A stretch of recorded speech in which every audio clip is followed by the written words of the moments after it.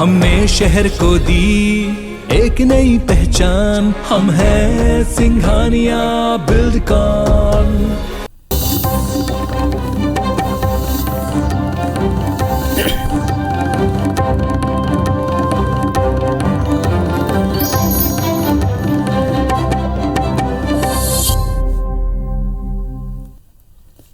नमस्कार, बहुत स्वागत है आप सबका। मैं पुनीत पाठक। मध्य प्रदेश की दिन भर की बड़ी खबरें विस्तार से देखते हैं। मध्य प्रदेश के मुख्यमंत्री शिवराज सिंह चौहान आज उत्तराखंड के दौरे पर है। थराली, पुरालो और धनौल्टी विधानसभा क्षेत्रों में प्रचार किया।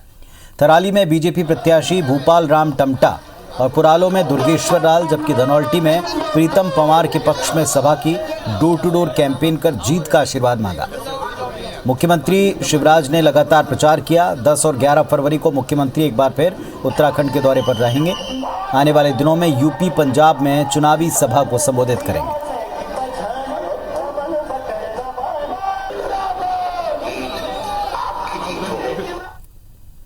रा से राहु और केजरीवाल राहु केतु घूम रहे हैं। ये राहु केतु विकास को ही ग्रहण लगा देंगे। मुख्यमंत्री पुष्कर धामी के नेतृत्व में उत्तराखंड आगे बढ़ रहा है और जनता भारतीय जनता पार्टी के साथ है। मध्य प्रदेश में एक बार फिर से शराबबंदी का मुद्दा उठा है, गूंजा है। पूर्व सीएम उमा भारती ने एक बार फिर बड़ा बयान देते हुए कहा कि मध्य प्रदेश में शराबबंदी का वो समर्थन करती हैं। 14 फरवरी को इसको लेकर विस्तार से रणनीति पर बातचीत करेंगे। उन्होंने कहा कि सभी लोग शराब के खिलाफ हैं और शराबबंदी को लेकर इसके बाद दिक्कत क्या है, इसे लेकर मुख्यमंत्री से बात करेंगे।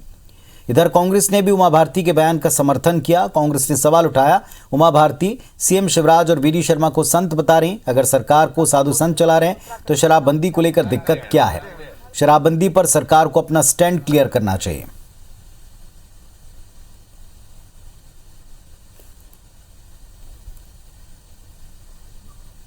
मैं शराब के खिलाफ हूं। मध्य प्रदेश में शराबबंदी होनी चाहिए, इसका मैं पूरी तरह से इसमें विश्वास करती हूं। ये सारे लोग शराब के खिलाफ हैं, तो इसलिए जब सब लोग शराब के खिलाफ हैं तो वो क्या अड़चने हैं जो दूर नहीं हो पा रही, इसके बारे में हम शिवराज जी से बात करेंगे। यदि शराब ही इस प्रदेश की रेवेन्यू बढ़ाने का माध्यम है तो फिर इन संतों को चाहिए कि कैसीनो भी खोल दें।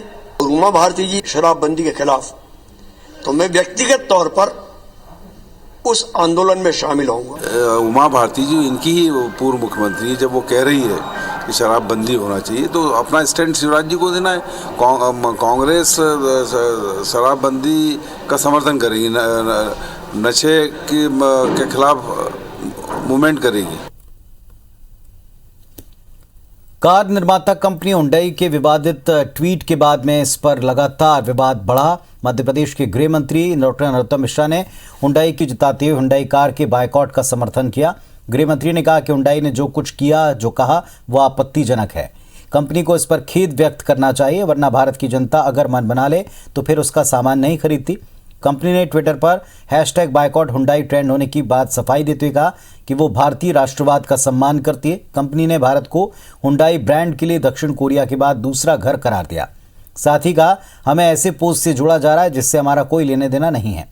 हुंडई पाकिस्तान नाम से बने एक ट्विटर हैंडल से शनिवार को एक पोस्ट किया गया था जिसमें कश्मीर को लेकर पाकिस्तान के स्टैंड के पक्ष में लिखा गया।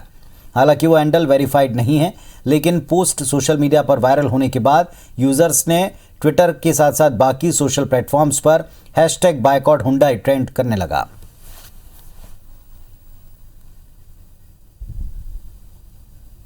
वास्तव में हुंडई का ये कृत्य आपत्तिजनक है। इस तरह की कारगुजारी नहीं करना चाहिए उन्हें कार के लिए कि आप सीधा का सीधा राष्ट्रीयता पर चिन्ह लगाओ।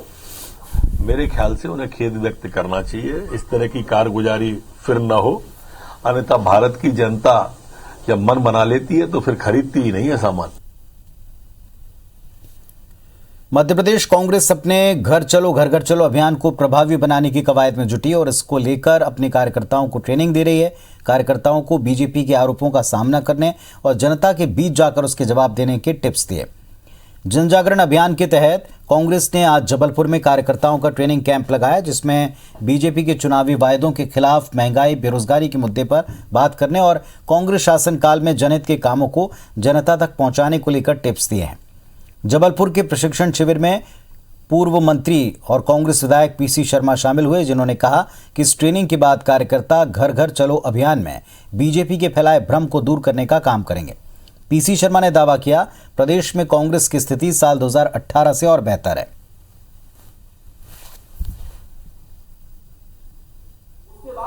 चौदह नवंबर को हमारा जन जागरण अभियान पदयात्राएं शुरू हो गई थी, उसकी नकल इन्होंने की है और ₹1.60 गाय का चारा करते थे। कमलनाथ जी की सरकार ने उसको 20 रुपए किए, फिर इनकी सरकार आई 3 रुपए कर दिए। इन्होंने गौ हत्या के लिए जिम्मेदार है।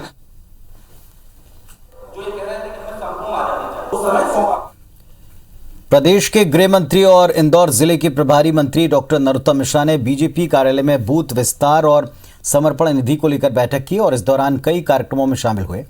चर्चा में कहा कि बीजेपी एक परिवार की तरह चलने वाली पार्टी है। बैठकें लगातार होती रहती हैं। लता मंगेशकर के निधन पर शोक व्यक्त करते हुए उन्हें श्रद्धांजलि दी। लता दीदी के नाम पर इंदौर में संगीत महाविद्यालय खोलने, उनकी प्रतिमा स्थापित करने की बात दोहराई।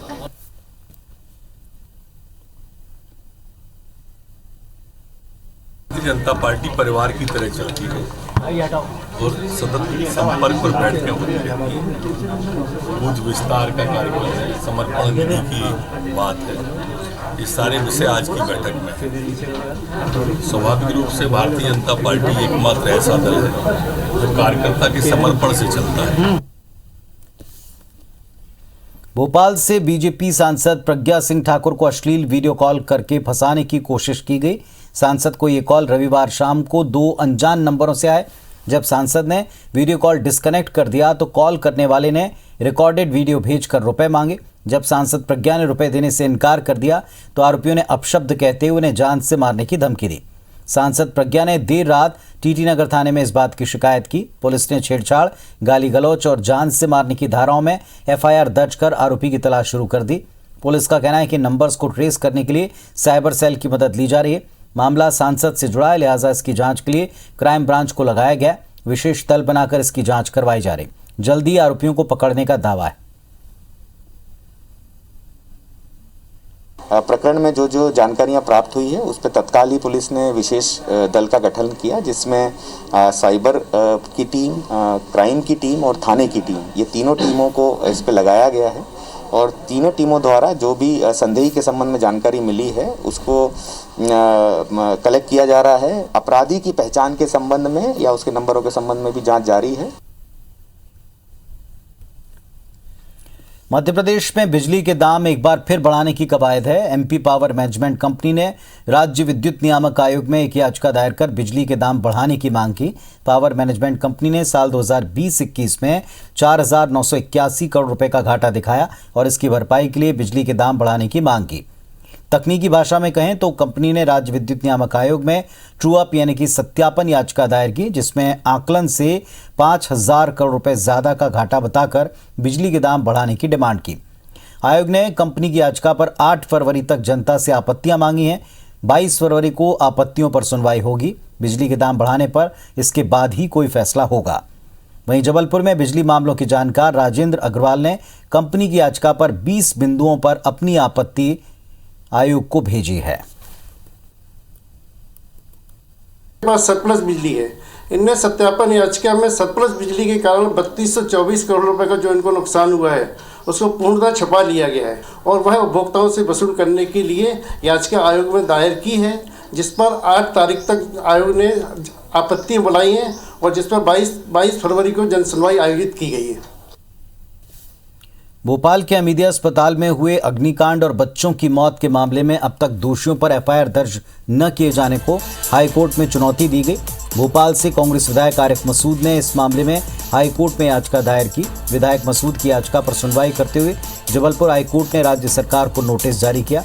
हाईकोर्ट ने राज्य सरकार और स्वास्थ्य विभाग के आला अधिकारियों को नोटिस जारी कर 2 हफ्ते में जवाब मांगा। हाईकोर्ट ने पूछा कि आखिर इस अग्निकांड में अब तक एफआईआर दर्ज क्यों नहीं की गई और सभी पीड़ितों को अब तक मुआवजा क्यों नहीं मिला। याचिका पर 2 हफ्ते बाद सुनवाई होगी। ये कहा गया कि हमीदिया अस्पताल में अग्निकांड के वक्त अस्पताल के 40 बच्चे एडमिट थे।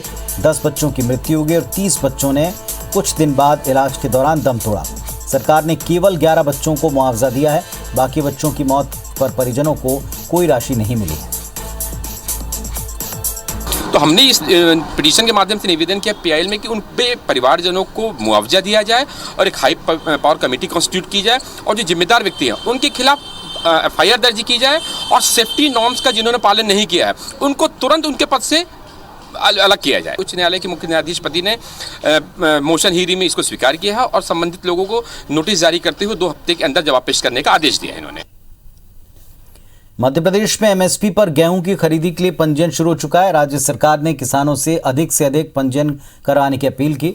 इस बार गेहूं खरीदी के नियमों में सरकार ने बदलाव किया। गुणवत्ता युक्त गेहूं खरीदने के लिए सरकार ने खरीदी केंद्र पर किसानों से छन्नी लगाकर गेहूं खरीदी का प्रावधान किया। किसानों की उपज के सत्यापन के लिए अंगूठे के निशान से पहचान की जाएगी। कांग्रेस ने सरकार पर सवाल उठाते पूछा कि छन्नी लगाकर गेहूं खरीदने पर किसानों को नुकसान होगा। हालांकि सत्ता पक्ष सरकार के कदम को नियम को ठीक बताता है। गेहूं का डाटा भी इकट्ठा करेंगे ये और छान के अभी तक सब पैसा किसान को मिल जाता था। अब जो कहीं टूटा हुआ होगा नहीं लेंगे। ये किसानों की फसल की भी हत्या है जिससे उसको पूरा पैसा नहीं मिले। छन्नी लगाई इसलिए जाती है कि माल को ठीक किया जाए। अगर गुणवत्ता से खराब माल उसके अंदर कटा हुआ बारीक दाना अगर वो होगा तो वो वहाँ छान लिया जाएगा। छान के अच्छा माल किसान का ले लिया जाएगा और जो छाटन रहेगी वो किसान को पोटली भर के वापस दे दी जाएगी। स्वर साम्राज्ञी लता मंगेशकर की जन्मस्थली इंदौर में लता मंगेशकर के नाम पर एक संगीत अकादमी स्थापित की जाएगी। इसमें एक म्यूजियम बनेगा। इस म्यूजियम में लता दीदी ने जो और जब जहां भी कोई गाने गाए हैं उन सबको यहां उपलब्ध कराया जाएगा। इंदौर में उनकी प्रतिमा स्थापित होगी। उनके जन्मदिन पर हर वर्ष लता मंगेशकर पुरस्कार दिया जाएगा। ये सभी घोषणा मध्य प्रदेश के मुख्यमंत्री शिवराज सिंह चौहान ने यहाँ की और इंदौर जिला प्रशासन को इसके लिए निर्देश भी भोपाल से मिल चुका है। जिला प्रशासन ने तैयारी तेज कर दी। जल्दी जमीन का चयन किया जाएगा। लता दीदी की सभी यादों को संजोने के लिए प्रयास किया जाएगा। निर्देश प्राप्त हुए हैं भोपाल से कि हमें सम्मानीय लता मंगेशकर जी की स्मृति में ये कार्य करना है और जैसे डिटेल निर्देश मिलेंगे हम ये कार्य आरंभ कर देंगे। भोपाल में पुलिस ने कॉम्बिंग गश्त करके एक रिकॉर्ड कायम किया। 1200 पुलिस जवानों ने 8 घंटे की कड़ी मशक्कत के बाद 258 बदमाशों को सलाखों के पीछे पहुंचाया। स्थायी और गिरफ्तारी वारंट तामील कर पुलिस ने एक रिकॉर्ड बना दिया। कॉम्बिंग गश्त में पुलिस के 250 वाहन लगे थे। पुलिस का दावा है कि वारंट तामीली के लिए 1200 जवानों को मैदान में उतरना और एक रात में इतनी बड़ी संख्या में बदमाशों को गिरफ्तार करना अपने आप में एक रिकॉर्ड है। कॉम्बिंग गश्त रात 10 से सुबह 5 बजे तक चली। कॉम्बिंग गश्त सरप्राइज होने की वजह से गुंडे बदमाशों को भागने का मौका नहीं मिला। हालांकि एक ही रात में पुलिस की इस कार्रवाई पर कई सवाल उठे। लगभग 258 आरोपियों के विरुद्ध जो स्थायी और गिरफ्तारी वारंटी थे उनको गिरफ्तार किया। गिरफ्तार करने के पश्चात न्यायालय के आदेश पर सभी को जेल भेजा गया है। उसमें किसी भी आरोपी की जमानत नहीं हुई है। टीमों के द्वारा जो कार्रवाई की गई है उस पर उनको इनाम भी दिया गया है। ग्वालियर में पूर्व मंत्री बालेंदु शुक्ला और उनकी पत्नी पुष्पा के बैंक लॉकर से लॉकडाउन के दौरान 1 करोड़ रुपए से ज्यादा के जेवरात गायब हो गए। पूर्व मंत्री ने बताया कि एसबीआई बैंक के लॉकर में 26 फरवरी 2020 को जेवरात मौजूद थे, जबकि 25 जून 2021 को लॉकर ऑपरेट करने पहुंचे तो गहने गायब थे। जब पुष्पा ने बैंक से इस मामले में जानकारी मांगी तो बैंक ने पुलिस को इसकी सूचना नहीं दी। बैंक अधिकारियों ने पुष्पा को बताया कि लॉकर में मौजूद सामान की पूरी जिम्मेदारी लॉकर मालिक की है। झारखंड में ऐसी घटना में पुलिस द्वारा बैंक मैनेजर के खिलाफ कार्रवाई की खबर पढ़ने के बाद पूर्व मंत्री ने एसपी से इसकी शिकायत की। एसएसपी अमित सांघी का कहना है कि बैंक लॉकर तभी खोले जा सकते हैं जब बैंक और ग्राहकों की चाबियां एक ही समय में इस्तेमाल की जाएं। क्राइम ब्रांच ने इस मामले की जांच शुरू कर दी। हमारा लॉकर था, हमारी पत्नी के नाम से लॉकर था। हमारे लॉकर में 0 सामान सारा उसमें से खाली हो गया था। एसपी के पास शिकायत करी कि ऐसा ऐसा हादसा हुआ है, उसमें सामान चला गया है। बैंक का लॉकर बड़ा सिक्योर रहता है और डबल की से ऑपरेट होता है। बैंक वाले भी लगाते हैं, ये भी लगाते हैं। तो ये एक विस्तृत गहन जांच का विषय है और इसमें मैं पुनः जो प्रभारी क्राइम ब्रांच है उनको बोलूँगा कि इसकी त्वरित जांच करें और फिर जांच में अगर कुछ तथ्य आते हैं तो उस पर वैसी कार्रवाई की जाएगी। इंदौर के हीरानगर थाना क्षेत्र में पुलिस ने ऑनलाइन वीडियो के जरिए लाखों की ठगी करने वाले आरोपी को गिरफ्तार किया। पुलिस ने हॉस्पिटल में भर्ती पीड़ित को आरोपी का वीडियो दिखाया और आरोपी के खिलाफ हॉस्पिटल में ही एफआईआर दर्ज की। दरअसल 15 लाख रुपए की ठगी का शिकार होने के बाद बैंक अधिकारी को दिल का दौरा पड़ गया था। अधिकारी ने कॉल कर पुलिस से ठगी की शिकायत की थी।